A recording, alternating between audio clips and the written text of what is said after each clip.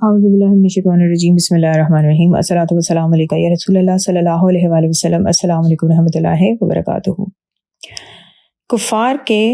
لشکر کا مدینہ کے قریب آ جانے کا جب پتہ چلتا ہے تو یہ خبر سن کر 14 شوال 3 ہجری جمعے کی رات میں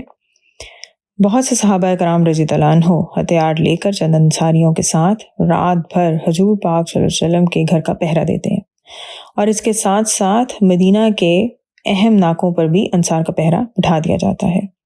صبح کو حضور صلی اللہ علیہ وسلم انصار اور مہاجرین کو جمع فرما کر مشورہ طلب فرماتے ہیں کہ شہر کے اندر رہ کر دشمنوں کی فوج کا مقابلہ کیا جائے یا شہر سے باہر نکل کر میدان میں یہ جنگ لڑی جائے۔ مہاجرین نے اور انصار میں سے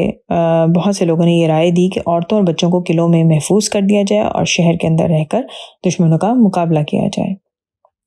اس مجلس میں منافقوں کا سردار عبداللہ بن ابی بھی شامل تھا۔ اسے بھی یہی کہا کہ شہر میں رہ کر کفار کا مقابلہ کیا جائے، مگر چند کم سے نوجوان جو جنگ بدر میں کم عمری کی وجہ سے شریک نہیں ہو سکے تھے، وہ جہاد کا شوق رکھتے تھے، انہوں نے کہا کہ شہر سے باہر جا کر دشمنوں کا مقابلہ کیا جائے۔ حضور پاک صلی اللہ علیہ وسلم نے سب کی رائے سنی، پھر مکان میں جا کر ہتھیار پہنے اور باہر تشریف لائے۔ اب تمام لوگ اس بات پر متفق ہو گئے کہ شہر کے اندر رہ کر ہی کفار کا مقابلہ کیا جائے، مگر حضور صلی اللہ علیہ وسلم نے فرمایا کہ پیغمبر کے لیے یہ زیبا نہیں ہے کہ ہتھیار پہن کر اتار دے یہاں تک کہ اللہ تعالیٰ اس کے اور اس کے دشمنوں کے درمیان فیصلہ فرما دے۔ اس لیے اب تم سب لوگ خدا کا نام لے کر میدان میں نکل پڑو، اگر تم لوگ صبر کے ساتھ میدان جنگ میں ڈٹے رہو گے تو ضرور تمہاری فتح ہوگی۔ پھر حضور صلی اللہ علیہ وسلم نے انصار کے قبیلہ اوس کا جھنڈا حضرت اسید رضی اللہ عنہ کو دیا، اور قبیلہ خزرج کا جھنڈا حضرت خباب رضی اللہ عنہ کو دیا، اور مہاجرین کا جھنڈا حضرت علی رضی اللہ عنہ کو دیا، اور پھر 1000 لوگوں کی فوج مدینہ شریف سے باہر نکلی۔ شہر سے نکلتے ساتھ ہی آپ صلی اللہ علیہ وسلم نے دیکھا کہ ایک فوج چلی آ رہی ہے۔ جب آپ صلی اللہ علیہ وسلم نے پوچھا کہ یہ کون لوگ ہیں تو لوگوں نے عرض کیا کہ یا رسول اللہ صلی اللہ علیہ وسلم، یہ رئیس المنافقین عبداللہ بن ابی کے حلیف یہودیوں کا لشکر ہے جو آپ صلی اللہ علیہ وسلم کی مدد کے لیے آ رہا ہے۔ تو آپ صلی اللہ علیہ وسلم نے فرمایا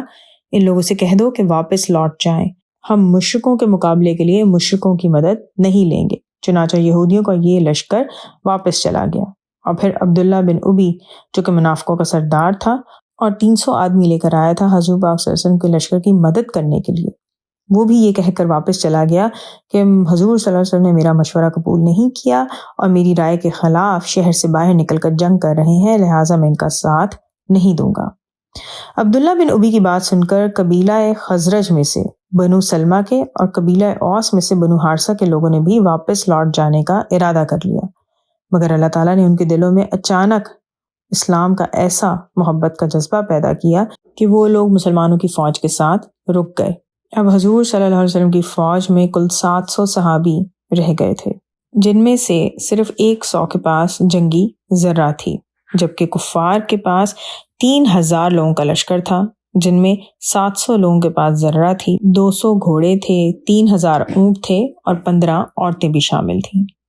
شہر سے باہر نکل کر جب حضور صلی اللہ علیہ وسلم نے اپنی فوج کا معائنہ فرمایا تو جو لوگ کم عمر تھے ان کو واپس کر دیا کہ جنگ میں بچوں کا کیا کام۔ انشاءاللہ باقی نیکسٹ ویڈیو میں الصلاۃ والسلام علیکہ یا رسول اللہ صلی اللہ علیہ وآلہ وسلم۔ السلام علیکم ورحمۃ اللہ وبرکاتہ۔